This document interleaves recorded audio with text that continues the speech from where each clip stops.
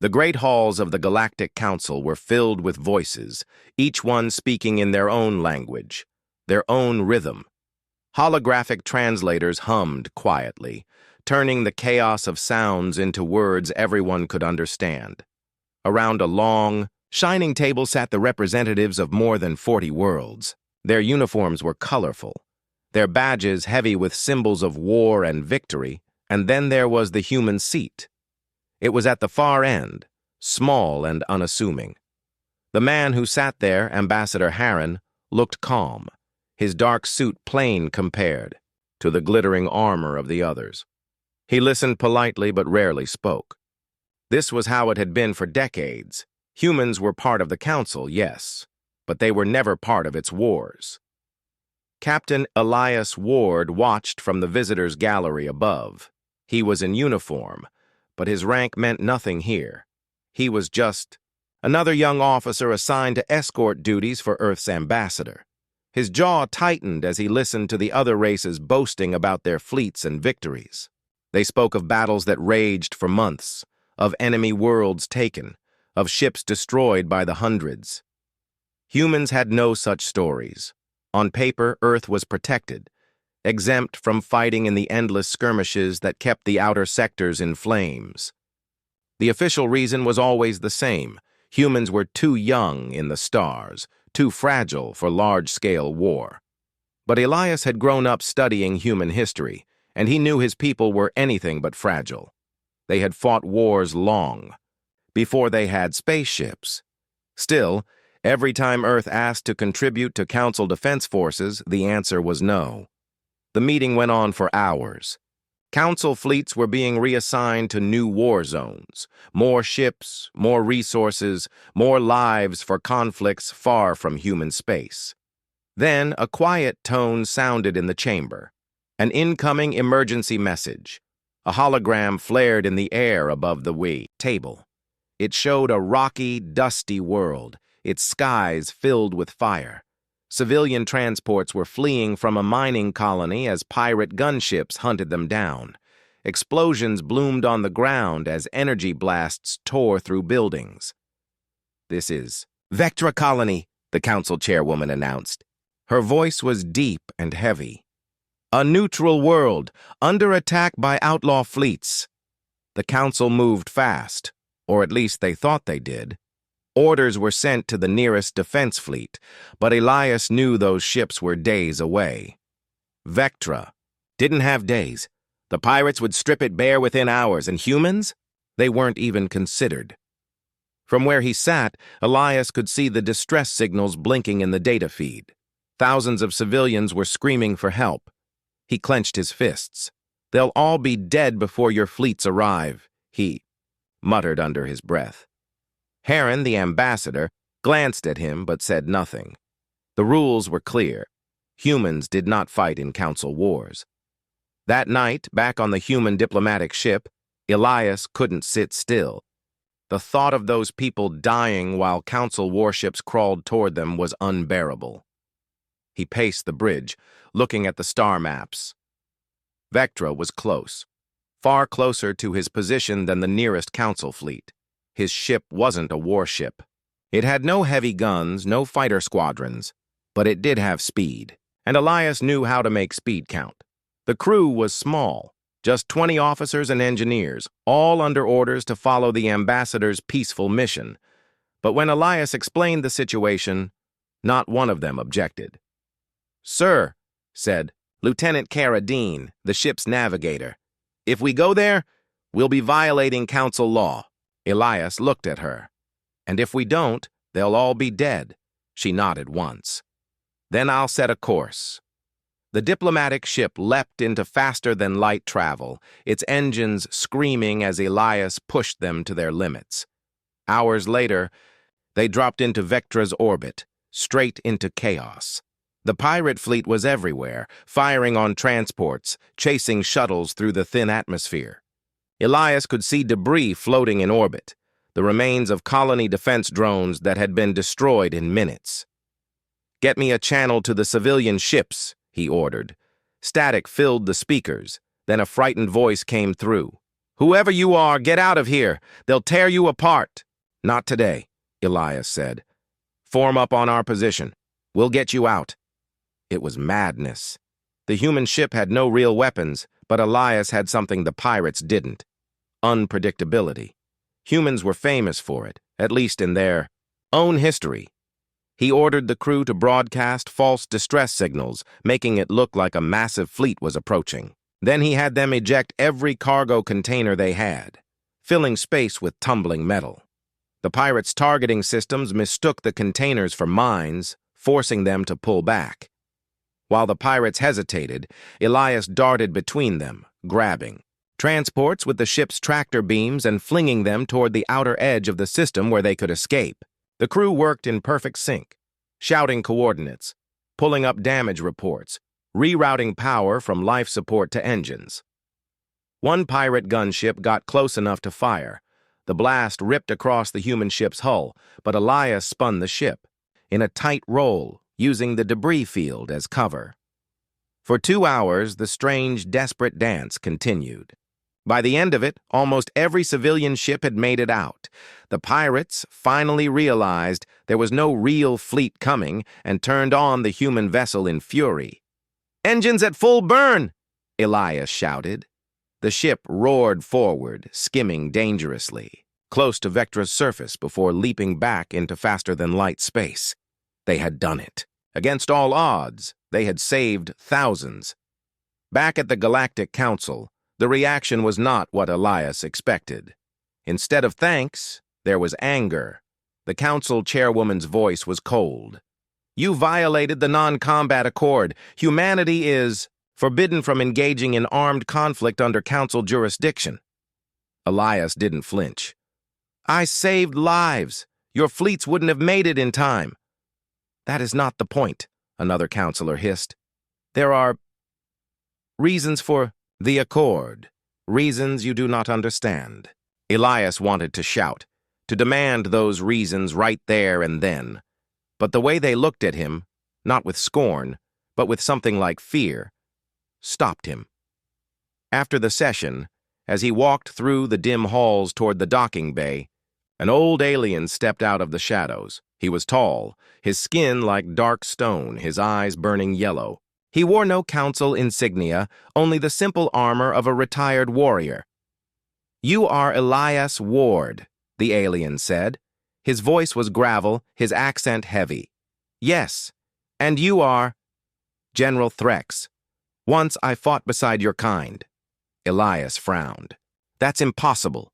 Humans have never—" Threx raised a hand. "That is what they tell you, but the truth is different." He stepped closer, his gaze sharp. "The reason they keep you out of their wars is because of what happens when humans fight." Before Elias could ask more, a faint tremor ran through the deck. A distant explosion. Threx's eyes narrowed. "We are not safe here. Meet me at docking ring 12 in 1 hour, and bring no one." Then he was gone, leaving Elias standing, alone in the dim light, his heart pounding. Whatever the council was hiding, it was big enough to kill for. And now, Elias had stepped right into it. The docking ring was almost empty. Only the soft hum of machinery and the distant clank of cargo loaders echoed through the metal corridors. Elias Ward walked slowly, keeping his eyes open for trouble. He had left his uniform jacket behind, wearing only a plain shirt to blend in. Docking ring 12 was one of the older sections of the station. Its walls were scratched from years of use, and the floor panels creaked underfoot. When Elias reached the far end, he saw a single ship docked there, a small, battered cruiser painted in dark green. The name on its side was written in an alien script he didn't recognize. General Threx was waiting by the ramp.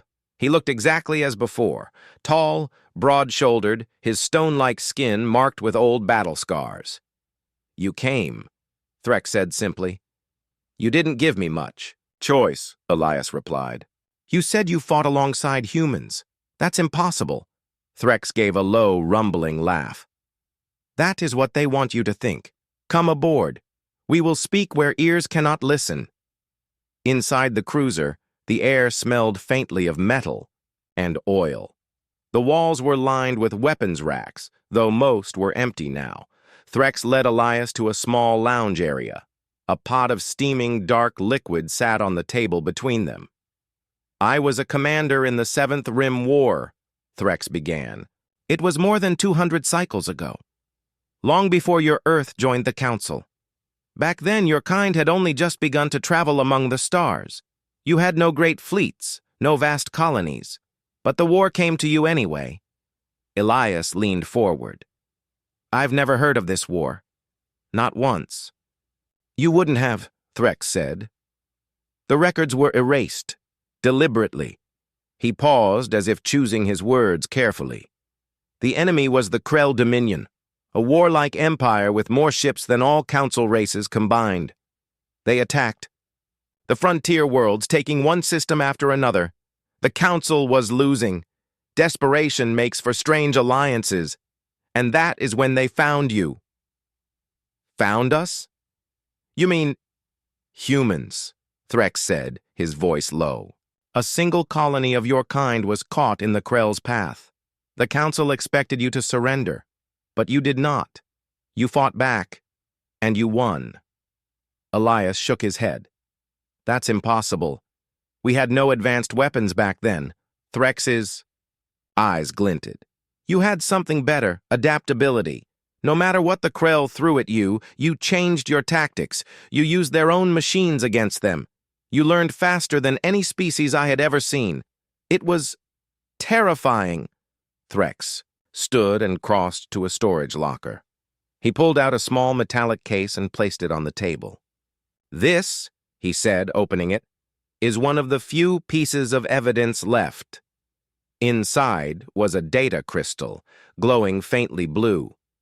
"This contains combat footage from the Battle of Vorath's Belt," Threx said. "Your people were outnumbered, 20 to 1. Yet by the end, the Krell were in retreat."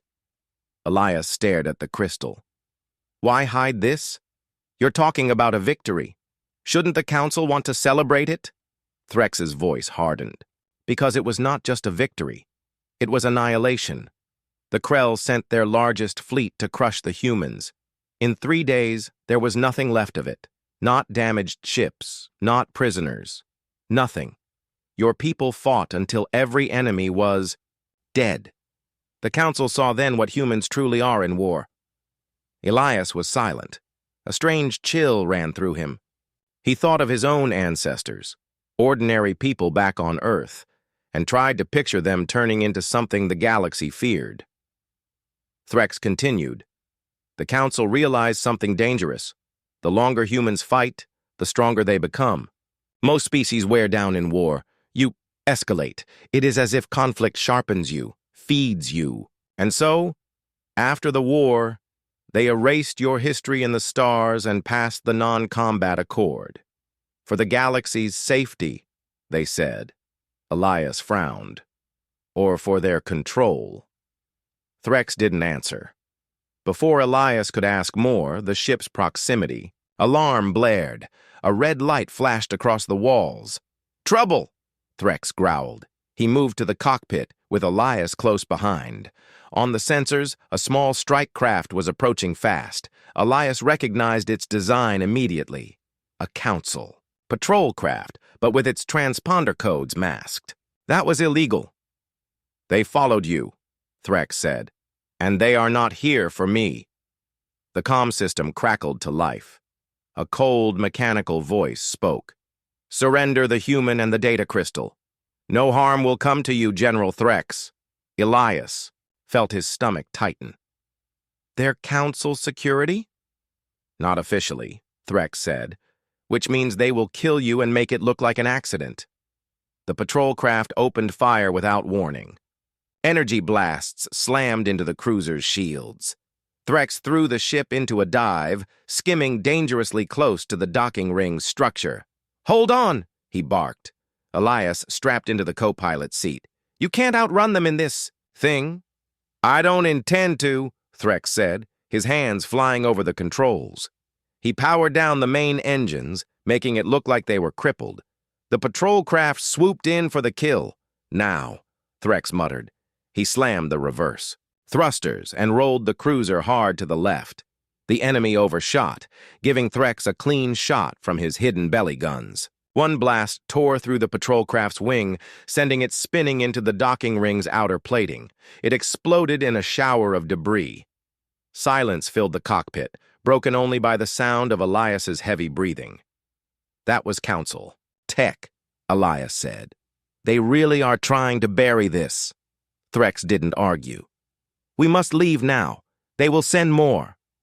Hours later, they were far from the station, drifting in the quiet dark of uncharted space. Threx set the data crystal on the console between them.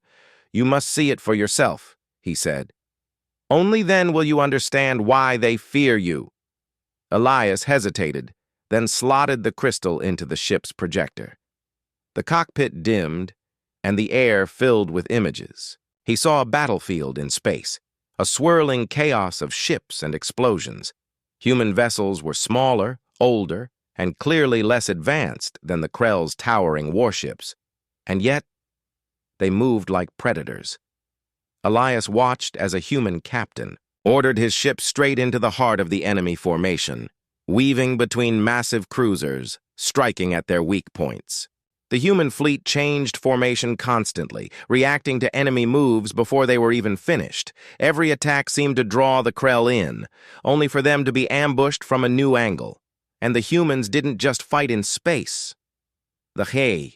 Footage shifted to ground combat. Soldiers in battered armor sprinted through rubble, setting traps, drawing enemy forces into narrow streets and killing zones. Elias saw one squad use captured alien weapons without hesitation, as if they'd been trained on them for years. By the end of the recording, the Krell fleet was gone. Not beaten back, gone. And the humans, they didn't cheer. They just regrouped, repaired, and prepared for the next battle. When the footage ended, Elias sat in silence for a long time. Threx spoke quietly. Do you see now? It is not that you cannot fight. It is that you must not be allowed to, unless there is no other choice. Elias met his gaze.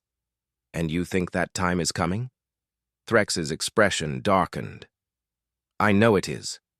The Krell, they were not wiped out completely. They have rebuilt, and they will come for the Council again. Elias felt the weight of the truth settle on him. All his life, he had been told humans were too fragile for war. Now he knew they were too dangerous for it. The comm system beeped softly. A coded transmission flashed on the screen, marked with the highest Council encryption. Elias opened it. The message was short. Krell forces detected in outer sectors. Council fleets redeploying. Human involvement prohibited. Elias looked at Threx. If they attack and we stay out of it, people will die. If we fight, the Council will come after us. Threx smiled grimly. Welcome to the truth, Captain Ward. Now you must choose which enemy you fear more. The stars outside Threx's cruiser slid by in slow silence. For hours after their escape, neither Elias Ward nor General Threx spoke much. The hum of the engines and the occasional beep from the navigation console were the only sounds. Elias sat in the co-pilot's seat, staring at the data crystal lying on the console. That small shard of glowing blue light held the truth, the proof of what humans were capable of. Proof the Galactic Council was willing to kill to keep hidden. He kept replaying the images from earlier in his mind.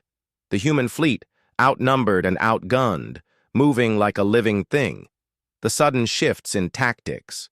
The way they adapted with every shot fired. The merciless end to the Krell fleet.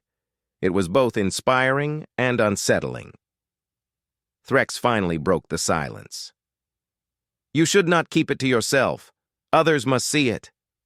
Elias glanced at him. If we release it to the public, the Council will brand us traitors. We'll never make it out alive.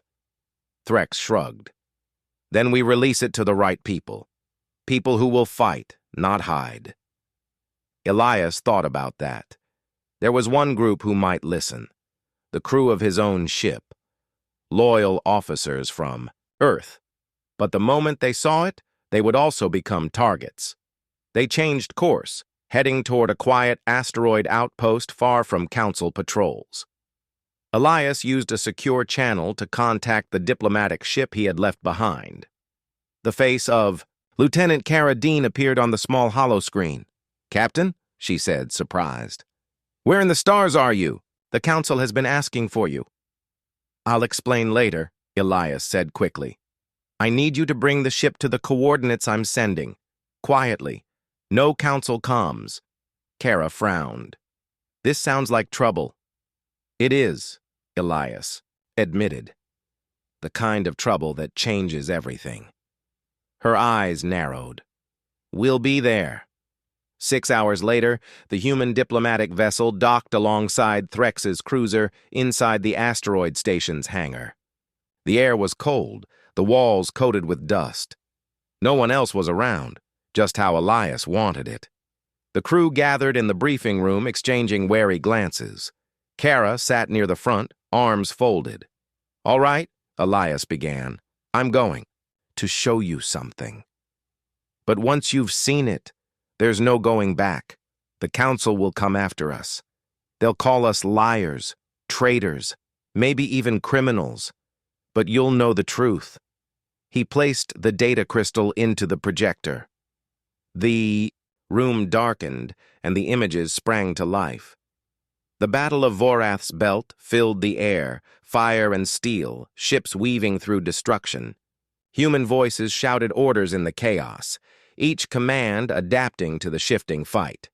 The crew leaned forward, whispering to each other as they watched Krell warships crumble under the relentless, unpredictable assault.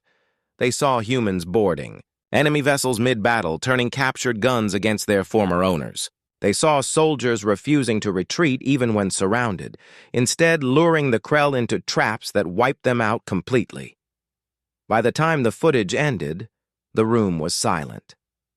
Cara was the first to speak. "We were monsters to them." "Not monsters," Elias said quietly. "Winners. The Council saw that and decided they'd rather never see us fight again." Engineer Marcus Lee shook his head. "They've been lying to us for decades, making us believe we're weak just so they can keep us out of the way." "Why now?" Cara asked. "Why show this to us?" "Because," Elias said, "the Krell are coming back, and the Council doesn't want us involved. If we stay out of it, people will die. If we fight, we might win. But they'll try to stop us." Before anyone could answer, the station's power flickered. A warning tone blared from the comm panel. Marcus checked the readout. "Incoming ships. Fast ones." Threx's voice was grim. "They have found us." On the external cams, 4 sleek black vessels dropped out of faster-than-light travel. Their hulls bore no insignia, but their weapons were powered and ready. "They're not pirates," Cara said. "Too clean, too well armed." "Council Black Guard," Threx muttered. "Special operations. They'll take the crystal and kill us all to keep it secret." Elias snapped into action. "Everyone back to the ship, now!" The hangar shook as the first shots hit the station. Pieces of metal rained from the ceiling. Elias's crew scrambled aboard the human ship, while Threx powered up his cruiser. "They'll split their forces," Threx told Elias over the comm. "2 after me, 2 after you. I'll draw them off." "You won't survive that," Elias said. Threx gave a sharp smile. "Old soldiers rarely do, but this is a fight worth dying for. Go, Captain." Elias didn't argue. He sealed the airlock and shouted, "Full burn!"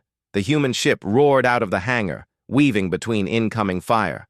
The Black Guard ships pursued instantly, their engines flaring bright. The chase was brutal. The enemy ships were faster, more heavily armed, and piloted by the best the Council had. But they didn't have Elias Ward. "Cut power to shields for 2 seconds and dump." "Heat from the engines," Elias ordered. Cara hesitated. "That'll make us a sitting target." "Do it," Elias said. The moment the heat dumped, the human ship vanished from the enemy's thermal scanners. Elias dived toward a dense asteroid cluster, slipping between massive rocks at impossible speeds. The Blackguard ships followed, but they had to slow down to avoid collisions. "Now bring the shields back online," Elias said, "and plot a jump. Coordinates 9844, Sector 7. The ship shuddered as it leapt into faster-than-light space. Moments later, they were gone. They emerged in the shadow of a dying star, its red light casting long shadows across the cockpit. The crew was exhausted, but alive. "Status on Threx?" Elias asked. Kara's voice was tight. "No signal. He might not have made it." Elias closed his eyes briefly, then straightened. "Then we carry on. He didn't give his life for us to stop here." Marcus turned from his console. "So what now? We can't just release this to the galaxy. They'll shut down every channel." Elias's gaze hardened. "No, but we can show it to the right people. Military leaders, resistance, groups. Anyone who will stand against the Krell, whether the Council likes it or not." "And when the Council comes for us?" Kara asked. "Then we'll give them a reason to remember why they were so afraid of us in the first place," Elias said. Far away, in a hidden chamber deep within the Council's headquarters, the chairwoman stood before a wall of holographic screens. One showed the destruction of the Blackguard patrol. Another showed Elias's ship vanishing into uncharted space.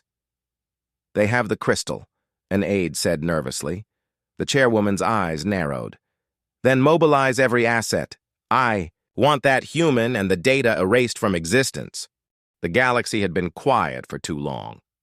Too quiet, Elias thought, as he watched the vast expanse of stars from the command deck of the newly refitted human warship Valor's Edge. The calm would not last. Reports had come in. The Krell fleet was advancing, moving faster and stronger than any Council intelligence had predicted. "This is it," Elias said, gripping the edge of the command console. "The moment they told us we couldn't fight." Lieutenant Cara Dean, at his side, didn't respond immediately. Her eyes were glued to the tactical display, which flickered with hundreds of red blips representing the approaching Krell ships. "They're massive," she whispered, "and there's more than we expected." Elias nodded. "Exactly, and that's why they need to underestimate us. They always do." The Valor's Edge was no longer a simple diplomatic cruiser. Humanity had been secretly preparing. Old ships were upgraded with speed-enhancing engines, adaptive shields, and unconventional weapons systems that could be improvised mid-battle. Humans were not as heavily armed as the Krell, but Elias knew that was not the point. "Form Squadron Delta," he ordered. "Kara, take the lead. Marcus, prepare the decoy drones. Every ship in formation, follow my lead." The human fleet, small but agile, surged forward into space. From the bridge, Elias could see the Krell armada spread across the horizon. They had underestimated humans once before, and history had shown them the consequences. The first wave of Krell interceptors zoomed forward, guns blazing, but humans did not panic. They moved unpredictably, splitting into multiple vectors, weaving between asteroids and debris fields. The interceptors fired blindly, missing by wide margins. "Target their flanks!" Elias shouted. "Do not engage! Head on!" Human ships turned and struck at the sides of Krell vessels, exploiting weak armor seams that no alien pilot would think to expose. The enemy tried to counter, but every maneuver the Krell anticipated was a trap. Every predictable attack met a human ambush. Hours passed, and the battle grew more intense. The Krell unleashed larger warships, massive cruisers bristling with weapons. The Council's remaining fleets had been slow to respond, leaving humans as the first real line of defense. "Captain," Marcus said, "we're outnumbered 3-1. Their main fleet is approaching the outer rim." Elias's expression did not change. "Good. That means we can control where the fight happens. Plot a course through that asteroid belt. Use it as cover. Make them think we're trapped." Kara raised an eyebrow. "Trap them how?" "By making them overcommit," Elias said. "When they think they've cornered us, we hit them from the other side. Humans fight differently. They adapt, they improvise, and they never stop until it's over." As the human fleet darted into the asteroid belt, the Krell followed, pressing their advantage. But as predicted, the narrow passages slowed their massive ships, forcing them into tight formations. Elias's fleet split further, each ship taking a calculated path. Traps were laid, decoy drones, false transmissions, and micromines disguised as wreckage. Within minutes, Krell cruisers collided with each other or detonated on hidden mines. Chaos erupted in the enemy's ranks. From the bridge, Elias could see the turning point. The Krell were confused, disorganized, and vulnerable. He issued rapid commands, coordinating every human ship, flank them on the left, push through the center, focus fire on the command cruiser. The human fleet moved like a single organism, adapting to every movement of the enemy. It was not brute force. It was intelligence, unpredictability, and relentless aggression. Meanwhile, back on the Council side, news of the battle reached the central command hub. Representatives and officers watched in disbelief as reports came in. Human ships were decimating Krell vessels despite overwhelming odds. "Impossible," one counselor muttered. "They should have been annihilated within minutes." The chairwoman's face was pale.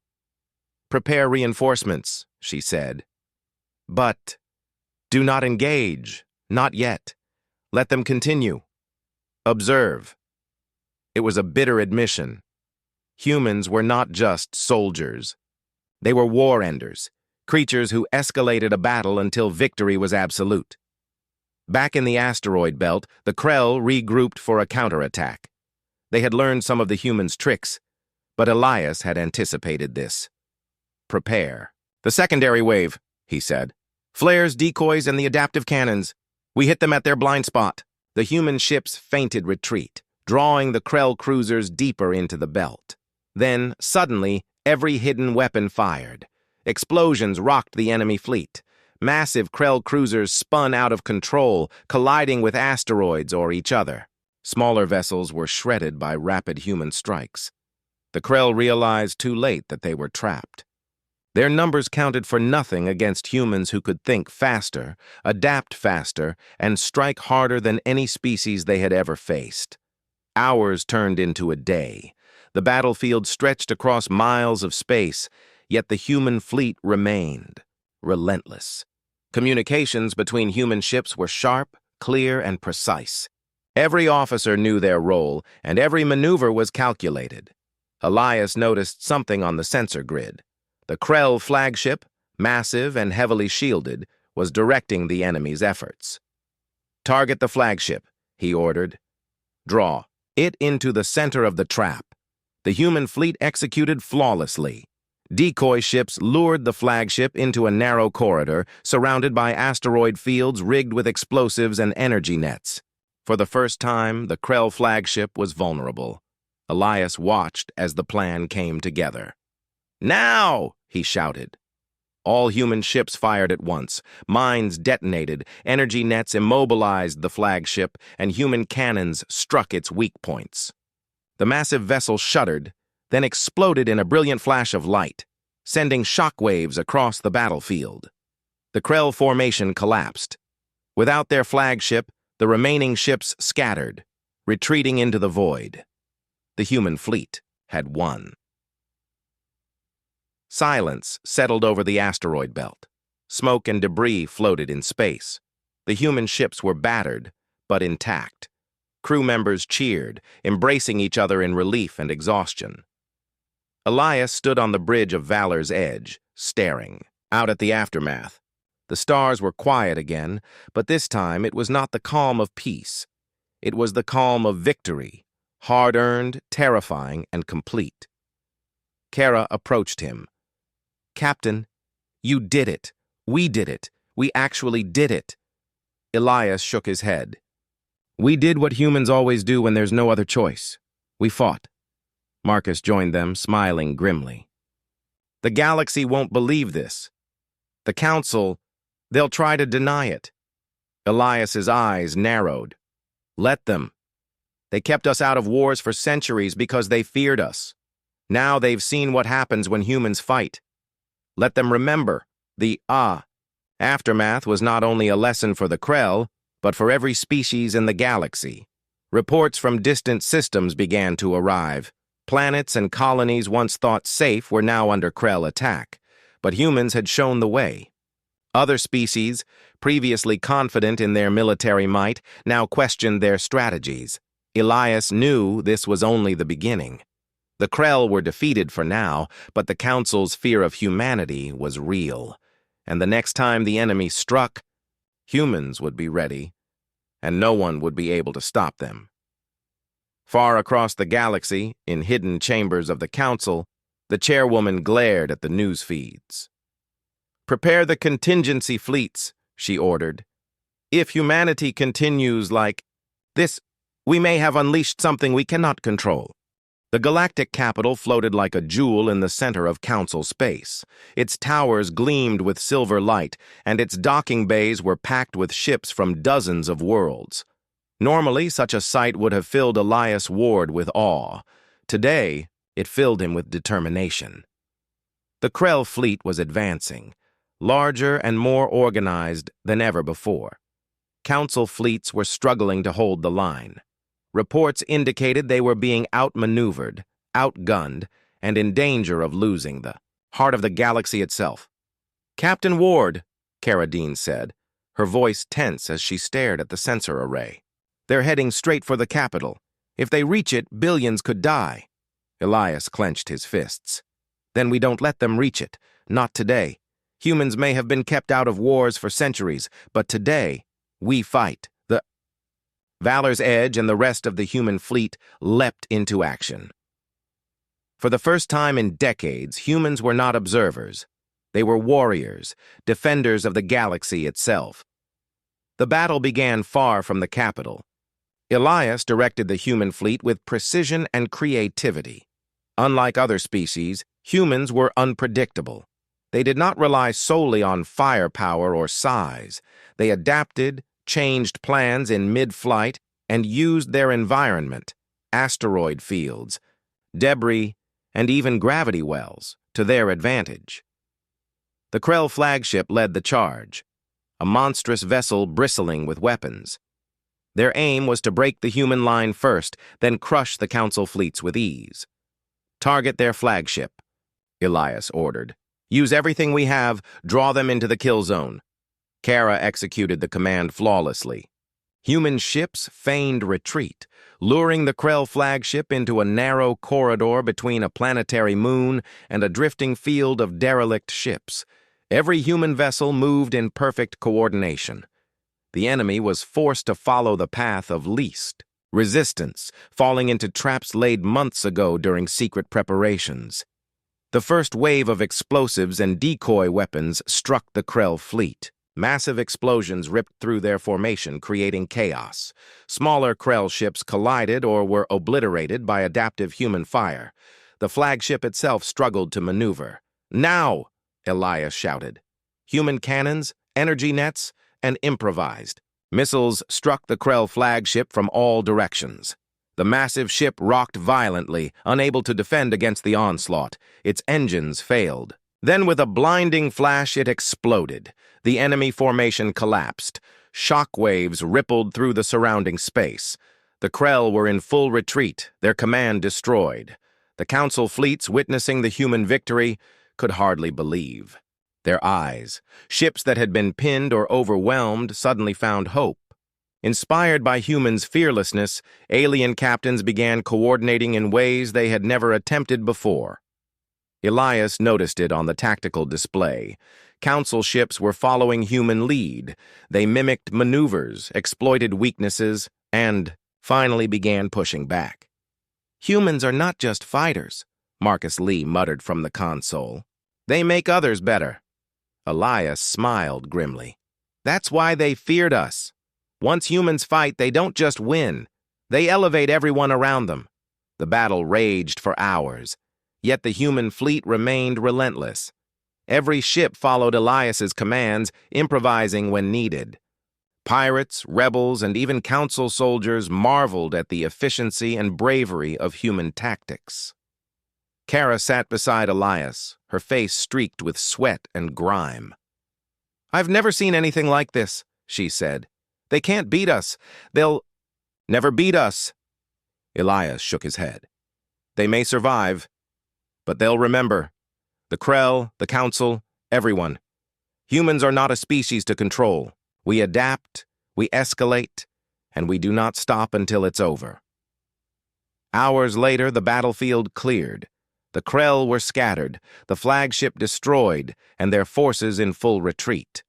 The human fleet, though battered and scarred, remained intact. The galactic capital was safe. Elias stood on the bridge of the Valor's Edge, looking out at the stars. He felt exhaustion pressing down on him, but also a deep satisfaction. Humanity had been kept out of wars for centuries, not because they were weak, but because they were unstoppable once unleashed. Inside the council chambers, representatives watched the aftermath on holographic screens. The chairwoman's hands trembled as she studied the reports. They did it," she whispered. "All of it, against impossible odds." "Captain Ward," one counselor said, "we have underestimated humans. Entire fleets, countless planets. They should have been overwhelmed. Yet they prevailed." "Yes," the chairwoman admitted. Her voice was quiet, almost fearful. "That is why we kept them out of wars. Humans, once unleashed, they changed the battlefield. They changed the war. We feared what they would become." It was the truth the galaxy had never known. The reason humans were always sidelined was not because they were weak. It was because they were too strong, too unpredictable, and too dangerous to control. Back on the Valor's Edge, Elias convened his crew. They had survived the impossible, defeated an enemy thought unbeatable, and saved the galactic capital. But Elias knew this was only the beginning. "Humans have always been underestimated," he said. "Today, the galaxy learned why. But it is not our fight to conquer or dominate. It is our fight to defend, to protect, and to remind everyone that the weak are not helpless." The crew nodded, understanding the weight of their victory. For the first time, humans were not just observers, they were guardians. In the following days, the Council formally admitted humanity's role in the victory. The non-combat accord was revised. Humans were now allowed to participate in defense and strategic operations, not because the galaxy trusted them, but because they had no choice. Other species began to see humans differently. Respect, fear, and admiration mingled in their eyes. No longer sidelined, humanity had a permanent place in galactic defense, a force that could tip the balance in any war, anywhere. Elias and Kara watched the celebrations from the bridge, but their minds were already on the next steps. Intelligence reports indicated the Krell were retreating, but not defeated. They would return. And when they did, the galaxy needed humans ready, not just to fight, but to end wars before they could start. "Do you think they'll ever stop fearing us?" Kara asked. Elias shook his head. "No, and they shouldn't. Humans fight when they must. And when we fight, the galaxy changes. The stars outside were calm again, but Elias knew better. Somewhere out there, new threats were rising, and humans would meet them, not because they loved war, but because when the innocent were in danger, they never stopped until it was over. In that moment, humanity's place in the galaxy was clear. The reason they had been kept out of wars had finally been revealed. Not weakness, not inexperience, strength. Relentless, adaptive, unstoppable strength. And now the galaxy knew it. Victory had been earned. The galactic capital was safe. The Krell fleet had been shattered, and the truth about humanity's power was no longer hidden. Elias Ward stood quietly, looking at the stars. He whispered to himself, "We don't fight because we love war. We fight because when we must, we don't stop until it's over.